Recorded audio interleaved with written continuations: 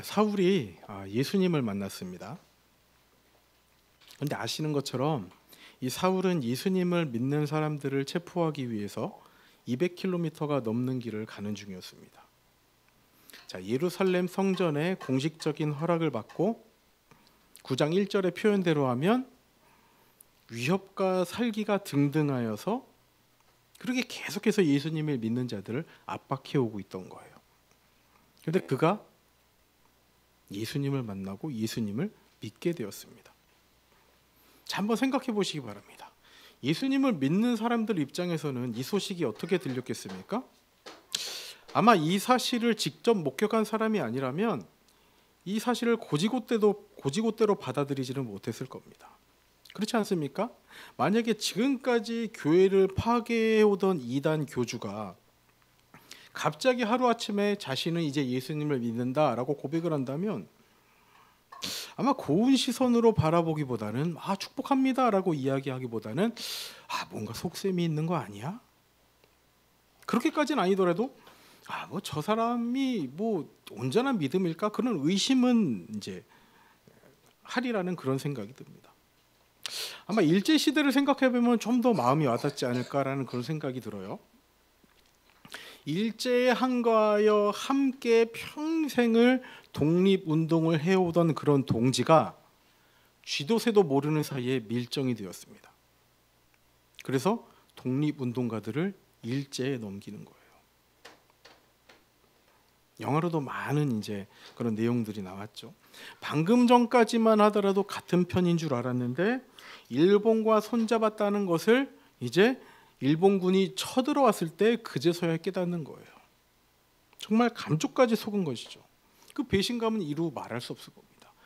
정말 모든 것을 다 나눈 형제인 줄 알았는데 배신을 당한 것이죠. 이처럼 그런 생각이 들지 않았을까 생각이 듭니다. 이 사울이 예수님을 믿는 척하고 교회의 주요 중심부에 파고들어서 이 교회를 뿌리째 뽑아버릴 생각으로 접근하는 거 아닐까? 그래서 여러분 26절 보시기 바랍니다. 이렇게 얘기하고 있어요. 사울이 예루살렘에 가서 제자들을 사귀고자 하나 어떻게 얘기하고 있습니까? 다 두려워하여 그가 제자됨을 믿지 않는다라고 얘기하고 있는 거예요. 자, 사울이 예수님을 믿은 이후에 다메섹에 있다가 예루살렘에 갔는데 다 두려워한 겁니다. 의심의 눈초리, 두려움의 눈초리로 이제 사울을 바라본 거죠. 누가요? 제자들이요. 기독교인들이 그렇게 바라본 겁니다. 자, 이렇게 한 사람이 예수님을 믿으면서 생긴 변화, 특별히 예루살렘에서 다메섹까지 200km를 위협과 살기가 가득하여 예수님을 믿는 사람을 그렇게 잡으러 오려도 했던 그 자의 변화, 그리고 그 자를 바라보는 자의 시선을 통해서 우리는 오늘 무엇을 깨달아야 할지를 한번 생각해 보도록 하겠습니다. 자, 오늘 본문에서 알 수 있는 가장 근본적인 변화, 예수님을 믿게 된 이후에 가장 근본적인 변화, 사울의 변화는 20절에 기록이 되어 있어요. 우리 20절 말씀 함께 우리 크게 읽어보도록 하겠습니다. 20절입니다. 시작. 즉시로 각 회당에 가서 예수가 하나님의 아들이심을 전파하니. 자, 사울은요 예수님을 믿는 자들을 죄인이라 여겼습니다. 그리고 그들을 잡으러 오는 길이었어요. 그런데 이제는 그가 그 죄목, 예수님을 믿는 것은 죄다, 예수는 그리스도고 예수가 하나님의 아들이라고 말하는 그 주장하는 그 죄목을 이제 사울 자신이 믿고 자신이 주장하고 자신이 전파하고 있다는 거예요. 20절 말씀에서 살펴보시는 것처럼 즉시로 전파하고 있습니다. 자, 예수님께서 말씀하신 대로 사울은요 이방인과 임금들과 이스라엘 자손들에게 전하기 위한 택한 나의 뭐였죠? 그릇이었습니다. 그릇으로서의 사명을 감당하는 그런 모습을 지금 즉시로 보여주고 있다고 말씀하고 있는 거예요. 자, 그럼 우리는 여기서 근본적인 질문을 던져야 합니다. 사울은 예수님을 믿게 되면서 무엇이 어떻게 변했냐는 것이죠. 자, 무슨 의미인가 하면 여러분 이제 사도행전의 대부분의 이야기, 이제 10장부터 12장까지는 이제 이방인에게도 복음이 전해질 수 있다는 그런 문이 열리는 내용이고요. 13장부터는 이제 본격적인 사울의 전도 여행 이야기입니다. 끝까지 전부 다 사울의 이야기예요. 자, 이렇게 전도와 선교의 큰 확장을 이루는 사역에 있어서 사도행전 후반부의 모든 이야기의 중심에 선 인물로 지금 사울이 사용되고 있는데, 자, 예수님을 믿는 이 믿음이 사울의 무엇을 변화시켰냐는 얘기죠. 조금 더 쉽게 말씀을 드려보도록 하겠습니다. 자, 사울은 지금 200km가 넘는 길을 달려서 예수님을 핍박하는 사람들을 잡으러 오는 길이었어요. 이 일에 자신의 모든 것을 걸었습니다. 유대교에서는 이 유대교의 미래로 여겼어요. 그만큼 어떤 행동대장과도 같은 그런 정말 열정 있는 사람으로 여겼던 거예요. 그런데 지금 예수님을 믿고 난 다음에는요, 복음을 전하는데 자신의 모든 것을 걸고 있는 거예요. 자, 그렇다면 여러분 어떻게 생각할 수 있습니까? 사울은요, 자신이 따르겠다고 하는 그런 가치가 있습니다. 그런 가치에 무조건 그냥 올인하는 성격으로 볼 수 있다라는 거예요. 그렇게 생각할 수 있다라는 것이죠. 예수님을 믿기 때문에 복음의 목숨을 걸고 복음을 전하기 위해 그렇게 자신의 모든 것을 내던진 것이 아니라, 자, 뭐 하나에 딱 꽂히면 거기에 모든 것을 던지는 사람은 아닌가라는 질문을 할 수 있다라는 것이죠. 이 질문이 여러분 오늘 본문에서 중요한 이유가 무엇인가 하면, 이 본문을 가지고 우리는 너무 뻔한 결론으로 생각할 수 있다라는 거예요. 이렇게 우리가 생각할 수 있다는 겁니다. 이런 설교를 할 수 있는 거예요. 이런 겁니다. 자, 여러분, 사울은 예수님을 핍박하는 자였지만 예수님을 만나고 예수님을 전하는 자가 되었습니다. 예수님을 믿고 나서는 20절 말씀처럼 즉시로 예수가 하나님의 말씀을, 하나님의 아들이심을 전했습니다. 우리도 예수님을 믿었으니 복음의 열정을 가지고 즉시로 예수님을 전하는 자가 되어야 됩니다. 아멘이십니까? 라고 결론을 내린다면, 삐딱한 사람들은 속으로 이런 생각을 한다는 거예요. 아니, 사울은 예수님을 믿지 않았을 때도 예수님을 믿는 사람들을 핍박하는 데 있어서도 열심히 했는데, 지금은 예수님 믿는 사람들 잡는 데 그냥 열심인 것뿐 아니야 라고 생각할 수 있다는 거예요.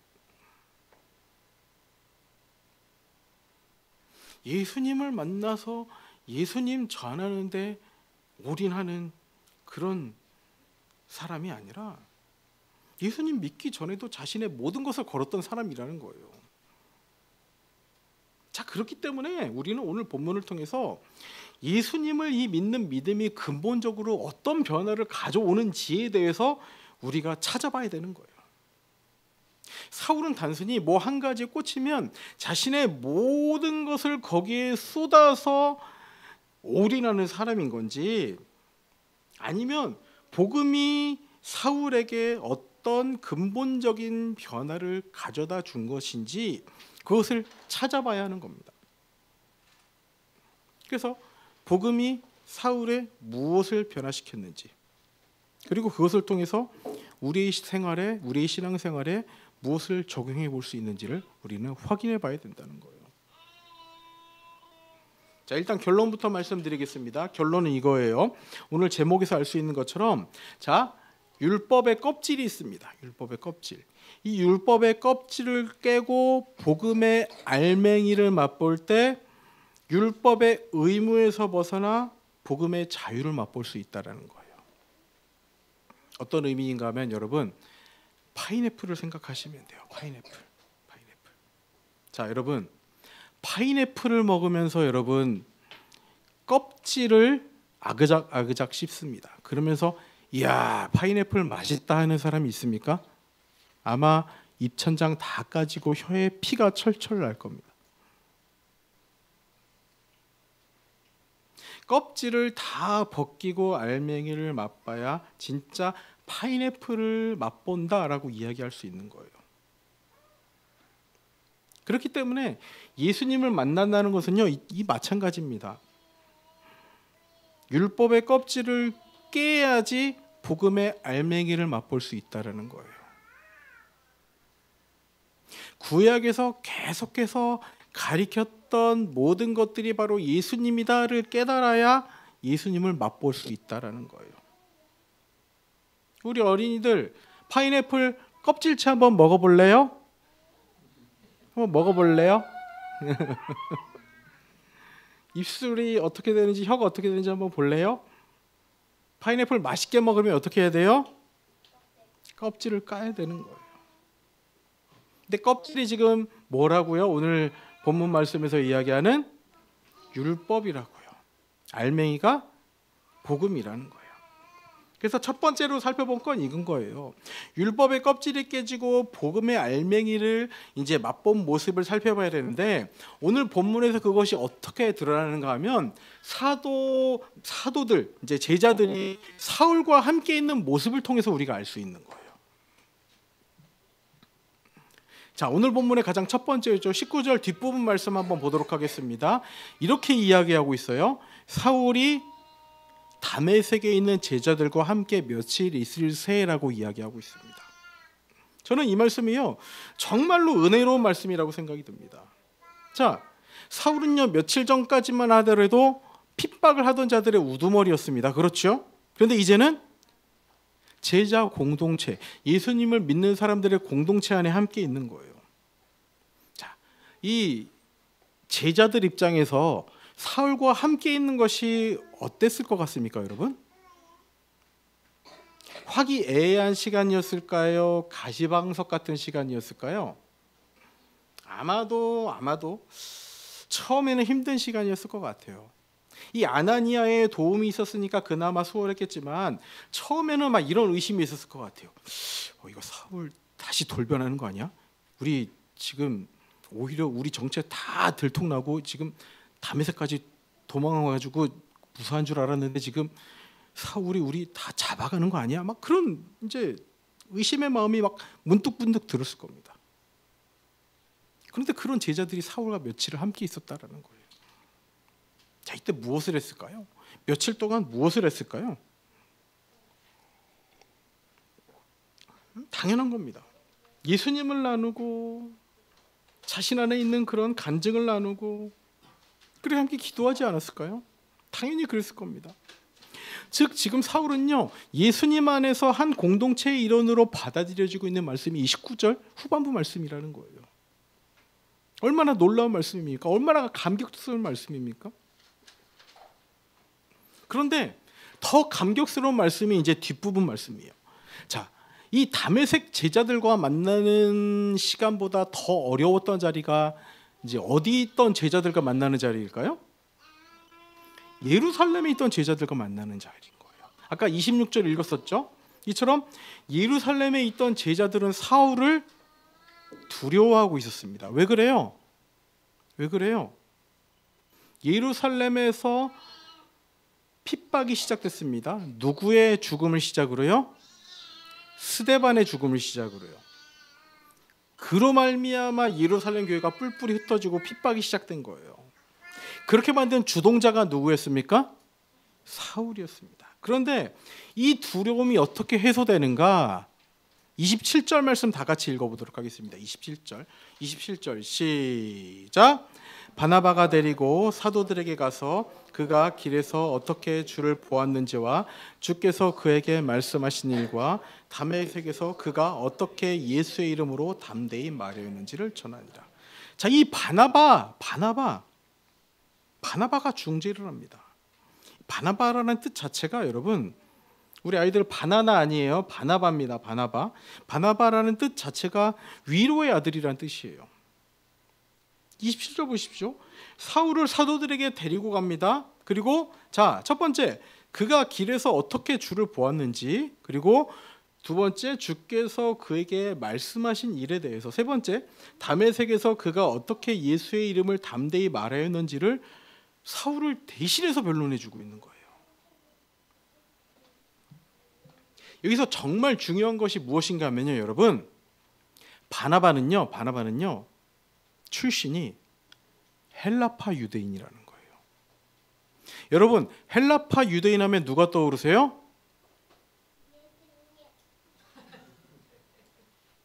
헬라파 유대인 하면 누가 떠오르세요? 헬라파 유대인이면 누가 떠오르세요? 힌트 스님? 스파게티 말고 스가랴 말고 방금 얘기했던 사람 누가 떠오르세요? 스데반이에요. 스데반. 자, 사도행전 6장에서 있었던 일이에요. 헬라파 과부들과 히브리파 과부들이 문제가 생겨서 이제 그것들을 이제 구제품을 담당할 이제 7 집사를 세웠는데 전부 다 이 7명이 어떤 사람들이었죠? 헬라파 유대인들이었어요. 그 중에 한 명이 스데반이었고 그 에티오피아 내시를 만났던 빌립도 헬라파 유대인이었어요. 이 바나바는 7 집사 중에 한 명은 아니었지만 이 이름에서 알 수 있는 것이 무엇인가 하면 바나바도 헬라파 유대인이었다는 거예요. 이 바나바는요 아마도 이 스데반과 친분이 있었을 거로 이제 다들 보고 있습니다. 자, 같은 헬라파 유대인으로서 영적인 유대감을 가지고 있었을 스데반의 죽음을 누구보다도 안타까워했을 이 바나바가, 그죠? 같은 고향이면 조금 더 그런 더 이제 그 마음이 가잖아요. 그럼 바나바가 스데반을 죽인 장본인인 사울을 27절 앞부분에 말씀하는 것처럼 사도들에게 데리고 가서 사울의 편을 들어주는 거예요. 자, 많은 사람들이 특히 예루살렘에 있던 사람들은 이 사울을요 아마 철천지 원수로 여기고 아마 그런 기도를 했을 겁니다. 주님 제발 사울을 죽여주시옵소서. 교회를 핍박하는 저 원수를 멸해 주시옵소서. 사울을 망하게 해주시옵소서 기도했을 겁니다. 그런데 그런 사울이 예수님을 믿고 예루살렘에 왔다는 거예요. 그 가운데 아마도 이 바나바는요 스데반의 마지막 기도를 기억하고 있지 않았을까요? 주여, 이들의 죄를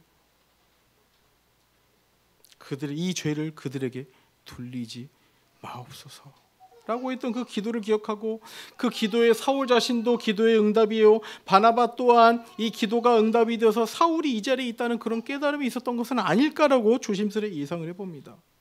그래서 바나바는요 이 적극적인 중재자가 되어서 사울을 사도들에게 데리고 가는 거예요. 이 27절에서 이 데리고라는 단어는요 정말 꽉 붙잡는다, 강하게 붙잡는다는 단어, 이 강한 단어입니다. 놓치지 않게 잡는다는 거예요. 그렇게 사울을 강하게 붙들고 공동체 안으로 잘 정착하고 돕는다는 거예요. 근데 아까 26절 말씀 읽은 것처럼 보시면요 여러분, 사울이 제자들에게 다가가고자 하나 제자들이 거부하는 것을 볼 수가 있어요. 그럼에도 불구하고 바나바는 사울을 꽉 붙잡고 사도들에게 다가가고 제자들에게 마음을 열 수 있도록, 예루살렘 공동체의 마음을 열 수 있도록 적극적인 중재자가 되고 있는 그런 귀한 사람이라는 거예요. 즉 오늘 말씀에서 사울과 제자들, 즉 교회 공동체가 함께 있는 모습 자체가, 즉 서로가 서로에게, 사울은 제자들에게, 제자들은 사울에게 이 율법은 껍질은 깨고 복음의 알맹이를 맛보고 있는 그런 자리라는 거예요. 사도들과 이 제자들과 사울이 함께 있는 이 모습 자체가 율법의 껍질은 깨지고 복음의 알맹이를 맛보고 있는 그런 자리라는 겁니다. 그래서 우리가 두 번째로 생각해 볼 것은 무엇인가 하면요, 만약에 율법의 껍질을 깨지 못했다면 어떤 모습일까를 한번 상상해 보자는 거예요. 자, 먼저 제자들은 어땠을까? 제자들. 자, 여러분 일단 사울에게 무엇부터 물을 것 같습니다? 무엇부터 물을 것 같습니까? 예루살렘에 사울이 왔어요. 예루살렘 교회를 파괴하고 스데반을 죽였던 사울이 지금 예루살렘에 왔어요. 우리 사극에 등장하는 단골 단어가 뭐죠? 단골 문장이 뭐죠? 네 죄를 네가 알렸다라는 거죠. 사울, 너 네가 한 짓 알지? 너 스데반을 죽이고 교회를 무너뜨렸어. 온 성도들이 흩어지게 만들었어. 그 죄를 물을 겁니다. 그래봐 난상 토론이 이루어지겠죠. 교회를 무너뜨리고 혼란케 했던 자를 어떻게 지금 예루살렘 교회에 받아들일 수 있는가? 아마 시위하는 사람도 생겼을 겁니다. 우리 가족을 죽게 한 저 사울을 받아들일 수 없다. 스데반을 죽인, 돌로 쳐 죽인 저 장본인을 우리는 받아들일 수 없다.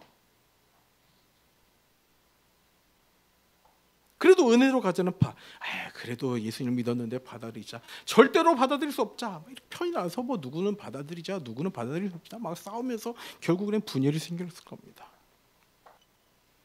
그럼에도 불구하고 오늘 본문에서 볼 수 있는 것처럼 지금 이제 뒷부분에 보시면 헬라파 유대인들과 함께 복음 전하는 모습을 볼 수 있는 거예요. 자, 사울.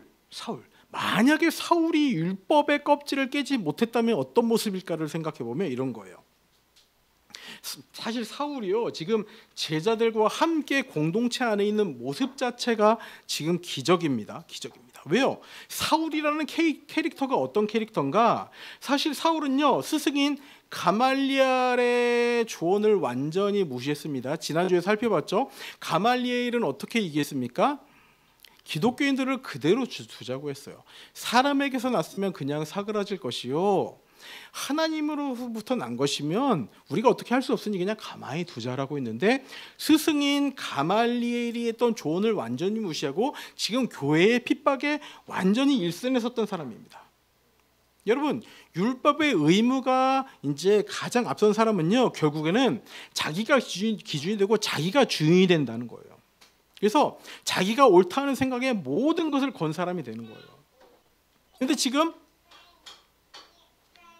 복음을 전하는데 모든 것을 건 이 사울의 모습은요, 단순히 자기가 기준이 된 그런 모습이 아니라 19절 말씀처럼 제자들과 함께 있는 모습 가운데 복음을 전하고 있는 거예요. 즉 지금 이제 제자들을 핍박했던 모습과 복음을 전하는 모습은 완전히 다른 겁니다. 자기가 기준이 되어서 이제 했던 그 제자들을 핍박했던 모습과는 완전히 다른 거예요. 그리고 예루살렘에서도 이제 사울 자신이 이제 자신의 변론을 하는데 자신의 주장을 앞세우는 것이 아니라 이제 제자들에게 다가고자 하나 제자들은 거부를 합니다. 그러나 그 간극을 메꾸기 위해서 자신의 주장을 막 앞장 세우는 것이 아니라 기다림의 시간이 있었다는 것을 알 수 있어요. 그 기다림의 시간 동안 어떤 일이 있었던 겁니까? 바나바가 중재자로 등장했다는 것을 알 수 있는 거예요. 즉 외형적인 모습으로는 지금 복음을 전하는데 그대로 열정적인 것을 알 수 있지만 그 에너지원은 완전히 그대로라는 겁니다. 완전히 열정적인 모습은 그대로지만 에너지원은 다른 거예요. 에너지원은 지금 예수님이라는 것을 알 수 있는 거예요. 즉 율법의 의무에서 나오는 자신의 의가 주인이 아니라 이제는 교회 공동체와 함께 가기를 노력하는 모습, 즉 예수님이 주인이 된 모습을 지금 확인할 수 있다는 거예요. 즉 때로는 그 결정을 위해서 기다릴 줄 아는 것이고, 또한 교회 공동체의 결정을 또 순순히 따르는 모습도 보여줍니다. 30절에 보시면 그 모습을 알 수 있어요. 자, 30절 보시기 바랍니다. 형제들이 알고 가이사랴로 데리고 내려가서 다소로 보내니라. 자, 이제 사울이 이제 복음을 전하니까 반대로 누가 사울을 위협할까요? 유대교에서 사울을 죽이려고 해요. 그러니까 이 유대교의 위협 앞에서 이제 온 공동체가 이제 사울을 보호합니다. 사울을 보호하기 위해서 함께 움직이기도 하고, 또한 이제 사울 너는 지금 다소로 내려가는 게 좋겠어라는 결정에 사울이 순종을 합니다. 그 결정에 사울은 순종을 하는 거예요. 그대로 따르는 모습을 볼 수 있는 거예요. 이전에 사울이라면 아마 아나무인이었을 겁니다. 자신의 결정을 그냥 혼자 결정하고 혼자 그 결정에 행동했을 거예요. 즉 이것이 지금 유대교에서 이제 자신을 이제 죽이고자 하는 그 위협이 있지만, 죽음의 위협이 있지만, 이 복음의 알맹이를 맛보고 나서는 복음의 자유를 누리는 모습이 지금 오늘 본문에 나타나 있는 거예요. 이전에 사울이었다면 절대로 생각할 수 없었던 모습을 오늘 본문에서는 확인할 수 있다는 겁니다. 저 오늘 말씀을 정리하면 예수님을 믿고 열정적인 복음의 전도자가 되자, 이것이 핵심이 아니라, 이것이 결론이 아니라, 자, 율법의 열심을 가지고 자신이 주인이 되어 자신의 의를 쌓았던 자가 복음 앞에서 얼마나 자유로울 수 있는가를 깨달아야 한다는 것을 지금 오늘 본문에서는 알려주고 있는 거예요.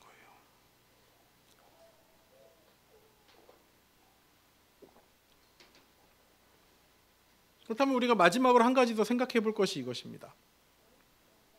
그렇다면 율법의 열심이 우리에게 항상 해가 되고, 언제나 이 율법의 열심이 해가 되고, 복음의 자유는 언제나 우리에게 풍요로움을 주는가에 대한 고민해 보도록 하겠습니다. 제가 여러분 재밌는 질문 한 가지 여러분께 드려보도록 하겠습니다. 자, 여러분 한 사람이 있어요. 근데 그 사람이 예수님을 믿었어요. 그리고 그 사람이 그렇게 이야기합니다.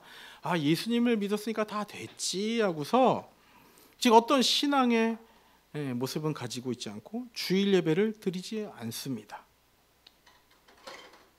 자, 그럼 이 사람은 구원을 받은 걸까요? 안 받은 걸까요?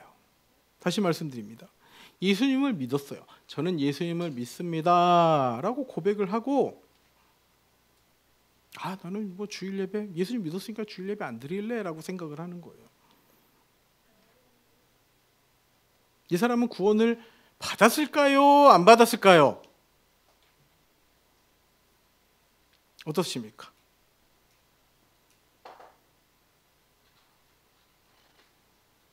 어떠세요, 여러분? 어떠세요? 어려우십니까? 우리 구원을 어떻게 받아요? 예수님 믿음으로 받아요. 그럼 구원을 받았어요, 안 받았어요? 받았어요. 우리 스라 정답을 얘기한 거예요. 예수님 믿었으니까 구원을 받았습니다. 구원은 행위로 받는 게 아니에요, 여러분. 자, 그런데 잘 생각하셔야 됩니다. 예수님을 믿었으니까 다 됐지, 예배 안 드려도 상관없지, 이 말 자체가 모순인 거예요. 이 말 자체가 성립이 되지 않는 말이라는 거예요. 마치 그런 거예요, 여러분. 신혼부부가 집을 살 때 이제 대출을 받으면, 신혼부부 대출을 받으니까 어때요? 더 좋은 조건으로 이제 이자를 싸게 해서 이제 더 좋은 조건으로 대출을 받을 수 있으니까 이제 그렇게 집을 더 좋은 조건으로 살 수 있습니다. 그러면 그 사람이 자, 집을 싸게 사기 위해서 아무나와 혼인 신고를 하고 대출을 좋은 조건으로 받은 다음에 그 여자 혹은 그 남자와 안 살아도 됩니까? 아닌 거잖아요. 혼인 신고했으면 부부인 거예요. 당연히 아닌 거예요. 마치 이런 거와 마찬가지라는 겁니다.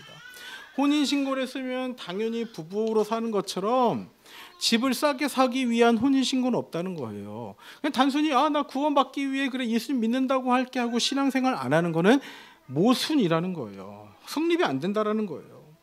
예수님을 믿는다라는 고백을 하는 자체가 하나님의 은혜와 사랑에 대한 당연한 반응으로 예배를 드리는 삶을 살 수밖에 없다는 거예요. 자, 이 이야기를 들은 여러분들의 생각은 어떠십니까? 뭔가 여러분들의 그 예배에 대한 마음이나 그런 생각들이 자유로워지셨습니까? 아니면 더 큰 의무감에 사로잡히셨습니까? 저는 지금까지 교회들이요, 많은 경우에 이 복음으로 인한 자유를 이야기하는 것이 아니라 이 율법으로 강제해온 경우가 많다라는 생각이 들어요. 아마 여러분들도 많이 경험해 보셨을 겁니다. 동원이라는 단어, 동원. 오늘도 이번 주도 동원이야. 어디 가야 돼. 강요된 그런 헌신. 그래서 헌신페이란 말도 생겨났죠. 그래서 이런 것들이 지금 시대에 청년들이 교회를 떠나게 되는 가장 큰 원인이 되었습니다. 자, 그런데 사실 이 강요된 헌신이라든지 동원이라든지 그것들을 통해서도 은혜를 받으면 괜찮은데, 마치 그 모임이나 행사를 이제 참여를 안 한다거나 헌신을 안 하면 그것이 즉각 무엇으로 연결되는 거예요? 다른 사람들이 어떤 시선으로 바라봅니까? 쟤는 저것도 안 하고 믿음이 없어. 아유, 쟤는 신앙이 없나 보네. 저 모임 저기 왜 참석하라고 그래? 저 참석도 안 해. 아유, 저것도 섬기지 않고 저거 왜 믿음이 없네. 신앙이 없네.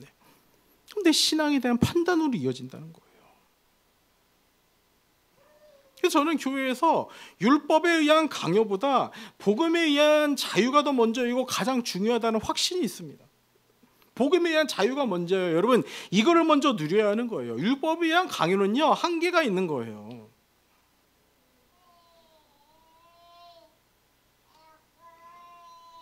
근데 이제 좀 죄송한 말씀을 드리도록 하겠습니다. 저는요, 사실 지난주 수요일 밤 기도회 때, 준 기도회 때 좀 큰 충격을 받았습니다.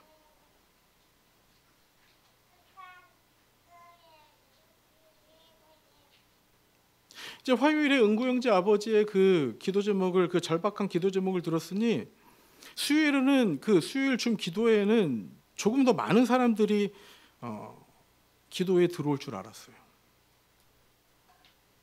근데 그렇지 않았던 거죠.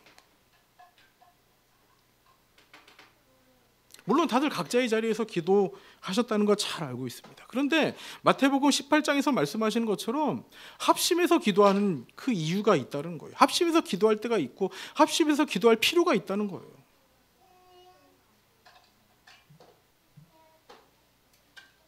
그렇기 때문에 율법에 의한 강요보다는 복음에 의한 자유가 중요하다라는 이 확신을 바꾸고 싶은 마음은 없으나, 이 복음에 의한 자유가 아니라 복음을 가장한 방종이 되어버릴까 하는 그런 걱정이 제 마음에 드는 거예요.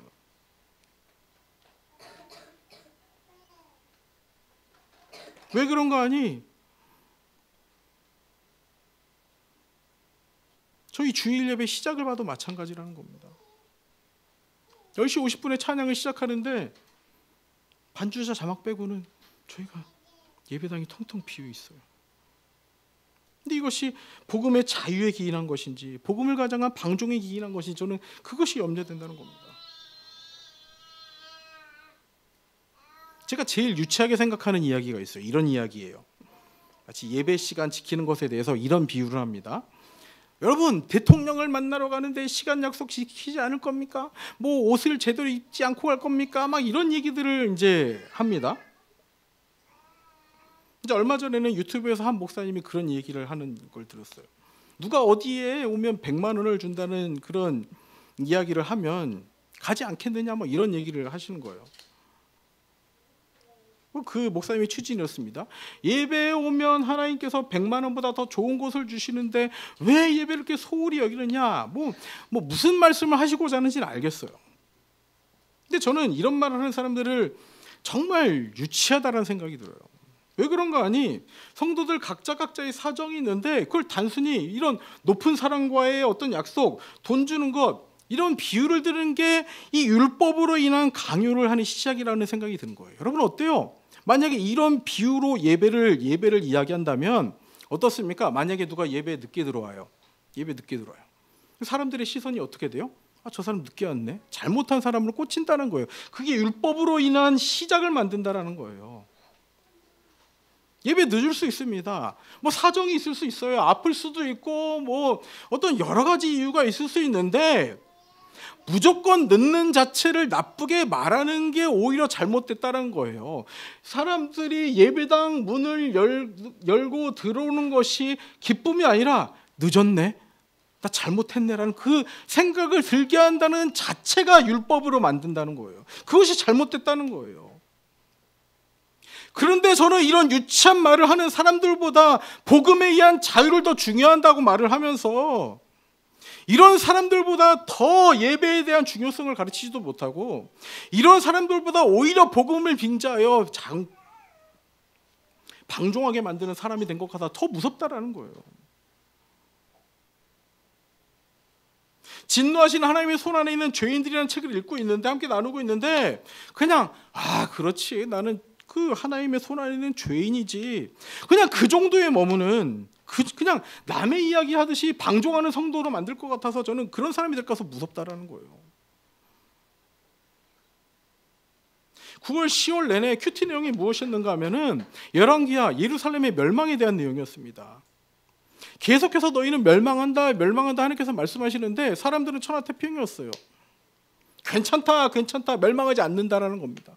근데 결국 어떻게 됩니까? 마지막 왕은 눈이 뽑히고 아들이 포로로 잡혀가는 모습인 거예요. 그때까지도 사람들은 괜찮다, 괜찮다.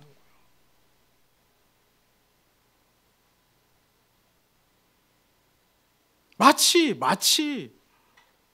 제가 그렇게 괜찮다 하는 사람이 될까 봐서 복음에 대한 자유가 아니라 복음을 빙자한 그 방종을 이야기하는 사람이 될까 봐서 제가 무섭다라는 거예요.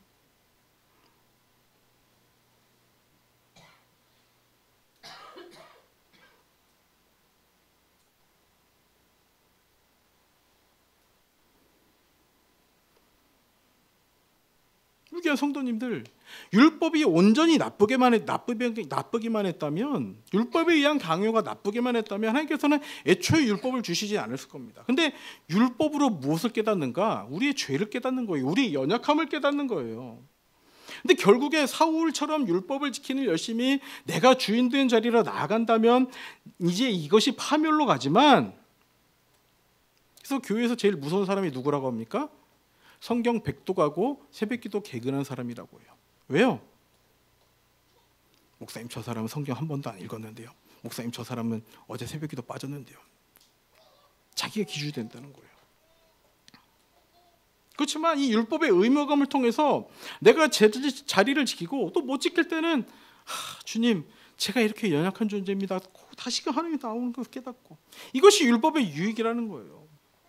더불어서 복음 또한 마찬가지입니다.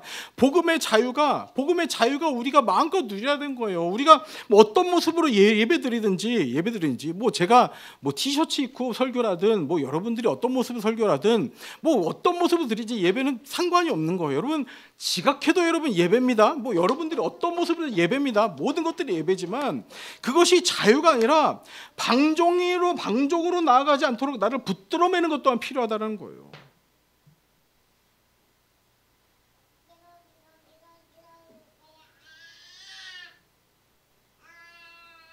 이제 말씀을 마무리하도록 하겠습니다. 다니엘은요 뜻을 정했습니다. 바벨론의 우상에게 절하지 않게 뜻을 정했어요. 느헤미야는 성벽 재건을 위해서 아닥사스다 왕에게 자신의 목표를 확실히 정했습니다. 언제까지 돌아오겠습니다를 확실히 정한 거예요.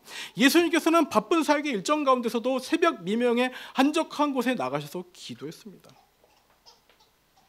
우리 귀한 성도님들은 어떤 뜻을 어떻게 정해서 하나님을 붙들고 계십니까? 나의 심각한 문제에 어떤 결단을 해서 어떻게 기도하고 어떻게 말씀 보고 계십니까? 어떤 마음과 어떤 의무감으로 교회의 예배와 기도를 대하고 계십니까? 뜻을 정해야 되는 겁니다. 결단해야 되는 겁니다. 의무감이 있어야 되는 거예요. 그런 마음으로 우리가 신앙생활이 임하고 교회 예배와 기도를 대해야 된다는 겁니다. 그러면서도 이런 결단과 뜻, 의무가 내가 주인된 자리로 나아가지 않도록 나를 단련해야 되는 것이 복음의 자유라는 거예요. 그리고 지키지 못할 때는 나의 연약함을 깨닫게 하는 것이 이 율법의 의무라는 겁니다. 그래서 복음이 우리에게 주는 자유를 풍성히 맛보고 누리되 방종으로 나아가지 않도록 정말 주의해야 된다는 거예요. 그래서 오늘의 결론 무엇인가? 열매는요, 복음의 알맹이도 필요하고 율법의 껍질도 필요하다는 거예요. 껍질 없는 알맹이가 없고 알맹이 없는 껍질만 있을 수 없다는 거예요. 두 가지 다 필요하다는 겁니다.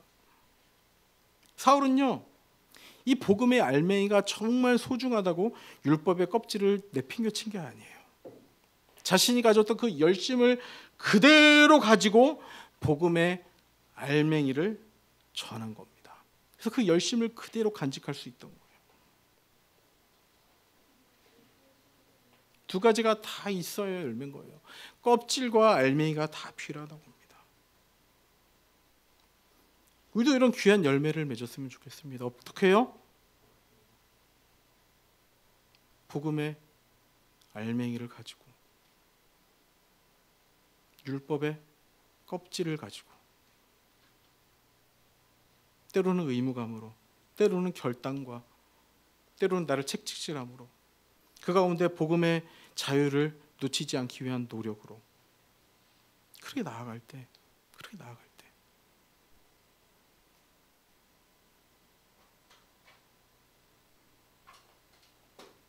우리에게 진정한 복음의 자유,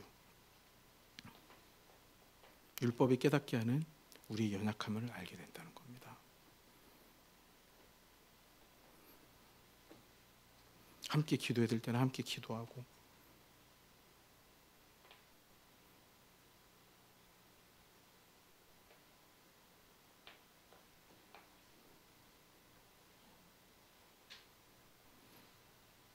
그래서 제 밤에 불현듯 생각난 말씀이 이사야 말씀이에요.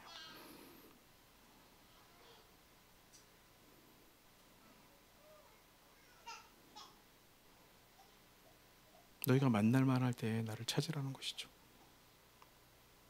가까이 있을 때 나를 부르라는 것이죠.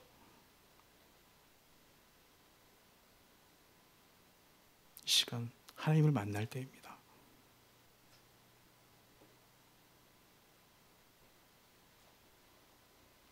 하나님을 찾고 부르면 만나주시겠다고 약속하신 때가 이때라는 거예요. 우리 그 하나님을 찾고 부릅시다. 하나님께서 우리 각자의 문제 가운데